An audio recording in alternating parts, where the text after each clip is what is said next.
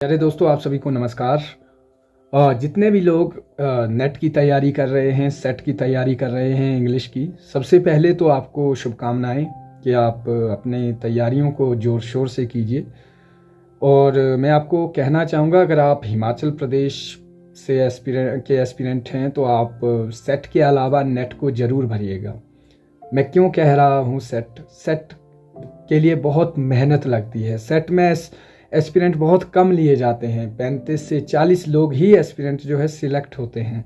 इसीलिए हमेशा HP set जो है बहुत बड़ा एक स्टेक बन के रह जाता है। तो मैं आपको कहना चाहूँगा कि जितने भी एस्पिरेंट है सेट के, नेट के, इंग्लिश के प्रिपरेशन जो है नेट के हिसाब से कीजिए और नेट का एग्ज़ाम भरिएगा। अभी आपको अगर कोई भी नेट से रिलेटेड, सेट से रिलेटेड नोट्स चाहिए होंगे तो मुझे नहीं लगता, व्यक्तिगत तौर पर जब मैंने पर्सनली अपने नोट्स को देखता हूँ, जब उसकी मेहनत देखता हूँ, अपने बनाए हुए नोट्स को, जब लोगों के बीच में वो नोट्स गए और उन्होंने जब रिव्यूज़ दिए तो मुझे बहुत अच्छा लगा कि इस प्राइस पे जो है अगर मैं ऐसा मटेरियल दे पा रहा हूँ तो ये मेरे लिए बहुत एक खुशी की बात है। और मैं आप लोगों का भी बहुत बहुत धन्यवाद करता हूँ जो लोग मुझसे जुड़े हुए हैं।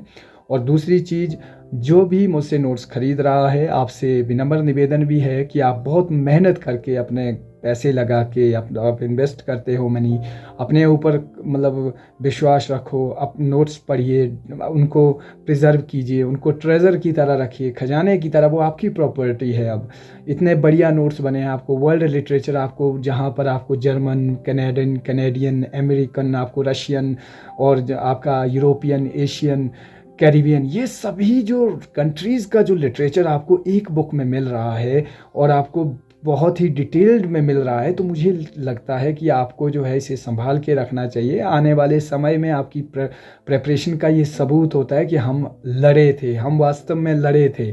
इसलिए मैं कह रहा हूँ कि जब आप किसी को फालतू में, मुफ्त में देते हैं, आप तो पहले तो एक तो अपना कंपटीशन इंक्रीज़ करते हैं, दूसरा वो बंदा उसकी वैल्यू नहीं करते हैं, और तीसरी चीज़ ये होती है कि फिर वो जो चीज़ है वो व्यर्थ हो जाती है। इसीलिए मैं आपको कहता हूँ कि जब भी कोई मुझसे कांटेक्ट कर रहा है उसे संभाल के रखिए। फर्स्ट पेज को जो है इतना कलर बना के रखिए कि आपको पढ़ने का भी मज़ा आए, आपको लगे कि नहीं यार, वास्तव में जो वर्ल्ड लिटरेचर के नोट्स है कितना अच्छा फ्रेम हुआ है, कितना अच्छा कल्चर स्टडीज़ का कवर पेज दिख रहा है। तो मेरा कहने का मतलब यह है, इसीलिए मैंने जो वाटर मार्क है वो बड़ा ही एक लाइट सा रखा है ताकि आपको पढ़ने में भी दिक्कत ना हो।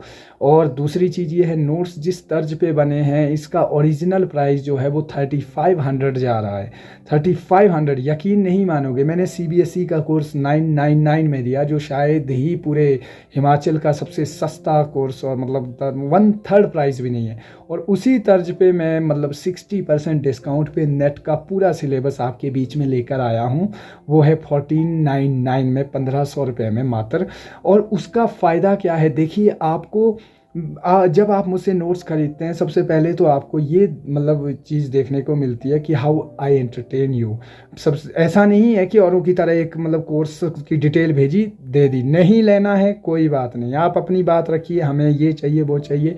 हाँ, फालतू की बात नहीं होनी चाहिए। जब आप मन बनाकर आए हैं कि मैंने लेने हैं तो बस बात कीजिए, अपने डाउट क्लियर कीजिए। आपको लगा मैं आपको लग रहे हैं कि नहीं पढ़ना है, नहीं पढ़े जा सकते, तो आप मुझसे डायरेक्ट बात कीजिए।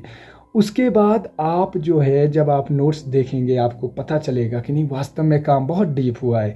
तो और उसके बाद जो इम्पॉर्टेंट चीज़ ये है कि आपको वहीं तक सीमित नहीं रखा जाता। कोई मुझसे जुड़ा होता है, मैं व्हाट्सएप स्टेटस डालता हूँ कि मैंने आज एक नई PDF बनाया है, इस पर काम किया है, अगर कोई इच्छुक है तो मुझे DM करे। DM करना पड़ता है, ऐसा नहीं है, क्योंकि बहुत सारे मैसेजेस होते हैं, थाउजेंड्स में मैसेजेस होते हैं, मैं रिप्लाई नहीं कर सकता लोगों को, कुछ क्योंकि फ्री में जुड़े होते हैं। तो कोई डिमांड करता है तो हम उनको PDF भेज देते हैं कि ये ले, पढ़ ले, क्रिटिसिज्म का है, ये थ्योरी का एक पार्ट है, ले लीजिए, पढ़ लीजिए। तो ये चीज़ें रहती है। बाकी तो मुझे लगता है नोट्स का जो फॉन्ट तैयार किया गया है, नोट्स की जो वैल्यू है वो बहुत ही शानदार है। Self praise is no recommendation, but कहना पड़ता है जब आपने काम अच्छा किया हो। तो मुझे लगता है कि जो वर्ल्ड लिटरेचर बना है, आपको डिटेल में जाने की ज़रूरत नहीं है। कौन सा ऐसा पेपर है जहाँ पर वर्ल्ड लिटरेचर आपको घुसा के पूछते हैं? आपको ओवरव्यू पता होनी चाहिए, आपको थीम पता होनी चाहिए, आपको पार्टिकुलर प्ले का एक आइडिया सा होना चाहिए, एक जिस्ट सा होना चाहिए। उस तर्ज के नोट्स आपको अगर इतने सस्ते दाम पर मिल रहे हैं तो अंधा क्या चाहे दो आंखें। ओनली फॉर 99 रुपीज़ में अगर आप सेपरेट नोट्स भी मांगते हैं तो आपको हर एक नोट्स के सेपरेट प्राइस भी मिल जाएगा। आज के लिए मेरा ये मकसद था कि आप लोगों के बीच एक मैसेज पहुंचाऊं कि प्रिपरेशन कैसे करनी है, कैसे आपने तैयारी करनी है। आप सबसे पहले देखिए कि आप क्या उस एज के बारे में कितना जानते हैं, आपने क्या उस एज के बारे में कुछ इवेंट्स बनाए हैं, आप क्या उस एज के बारे में उस राइटर्स के बारे में जानते हैं। सबसे पहले चौसर के बारे में पढ़ो, चौसर के कुछ इवेंट्स हुई होगी, ब्लैक डेथ हुई होगी, वहाँ पर 100 ईयर्स वॉर चला होगा, पीजेंट रिवोल्ट हुए होंगे, उनके बारे में आप क्या जानते हैं, कब हुआ, क्या था, चौसर किन किन किंग्स के टाइम में थे। फिर उसके बाद ये देखिए कि वहाँ पर कोई खास हिस्टोरिकल इवेंट क्या हुआ था, उसके साथ कंटेम्प्रेरी कौन थे, उन कंटेम्प्रेरी के जो है वो कुछ आप इंपॉर्टेंट वर्क्स जो है आप नोट डाउन कीजिए। उनके कुछ इंपॉर्टेंट स्कॉटिश चौसेरियन थे वहाँ पे, फिर वहाँ पे जो है आप इंग्लिश चौसेरियन थे, उनके बारे में हल्का हल्का पढ़िए, ज़्यादा लेकिन फिर पढ़ने के बाद उसको जो है क्रैम करने की कोशिश कीजिए। क्रैम करना पड़ेगा, नहीं करोगे तो ओवरव्यू से क्या करोगे।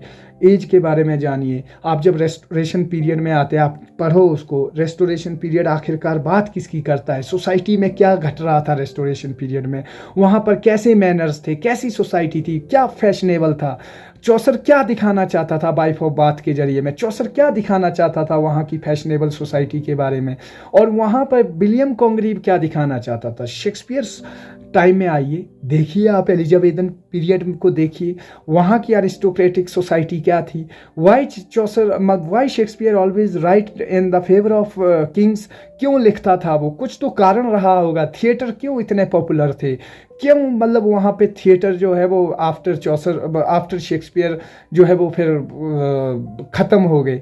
सारी चीज़ें डिटेल्स में जब आप जानोगे, एज वाइज उसको पार्टिकुलर तरीके से डिवाइड करके जब आप एक क्रोनोलॉजिकल ऑर्डर बनाएंगे, एक हिस्टोरिकल इवेंट बनाएंगे, फिर एक हिस्टोरिकल चीज़ें जब पढ़ोगे, राइटर वाइज जब पढ़ोगे, तब जाकर पेपर क्वालिफाई होते हैं, तब जाकर लिटरेचर समझ आता है कि चीज़ें क्या है। थ्योरी को जब आप पढ़ते हैं, थ्योरी को डिवाइड कीजिए। न्यू क्रिटिसिज्म आखिर बात किसकी करता है, क्या है क्लोज रीडिंग टेक्स्ट, है क्या close reading text. Formalism new criticism से क्यों अलग है, न्यू क्रिटिसिज्म न्यू हिस्टोरिसिज्म से क्यों अलग है। देखिए, कंपैरेटिवली देखिए, पढ़ो उसे, समझो, तब समझ आता है कि नहीं वास्तव में क्या है। वहाँ के मेन क्रिटिक को निकालो, उनकी मेन टर्म्स को निकालो, उनके मेन वर्क्स को अलग से रखिए, फिर देखिए आप कितना आपके पास क्रक्स निकल कर आता है। आप भी यकीन नहीं मानोगे कि क्या ये आपका काम है, क्या ये आपने वर्क किया है। लिटरेरी टर्म्स को पढ़िए, समझिए, क्या है एनाडिप्लोसिस, क्या है एनाफोरा, क्या है पैलिंड्रोम, क्या है जानिए, मेटाफर क्या है, पन क्या है। पन नहीं समझ आ रहा है, कुछ अपने बेसिक उदाहरण देखिए आप। डबल मीनिंग बात करना पन ही तो है। क्या है पैलिंड्रोम, क्या है मतलब मामा चाचा, मतलब समझो ना चीज़ों को। एनाडिप्लोसिस क्या है, जब आप बेसिक उदाहरणों के सहित उनको लिटरेरी वे में समझोगे, फिर आपको समझ आएगा कि असल में लिटरेचर इतना टफ तो था नहीं। लिंग्विस्टिक्स पढ़िए, सबसे पहले जानिए कि आखिर है क्या, बाओ थ्योरी क्या है।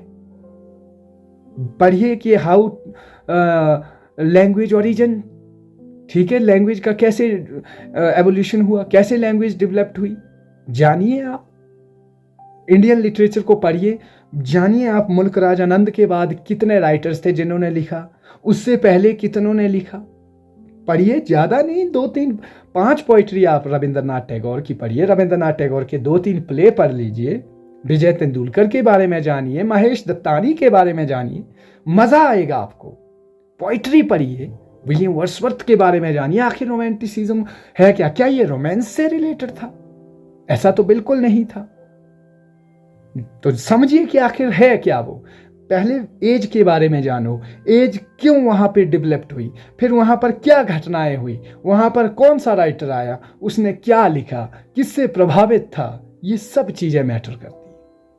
बाकी आज के लिए इतना ही कि आप लोग खूब मेहनत करिए। अगर आपको नोट्स चाहिए होंगे आप मुझसे बेझिझक कभी भी मांग सकते हैं, और मुझे व्हाट्सएप कीजिए। और कॉल्स अवेलेबल नहीं है, इसके लिए खेद है। जब आप व्हाट्सएप करेंगे उसके बाद ही हम आपसे डायरेक्ट कांटेक्ट कर सकते हैं। आज के लिए इतना ही, आपका समय।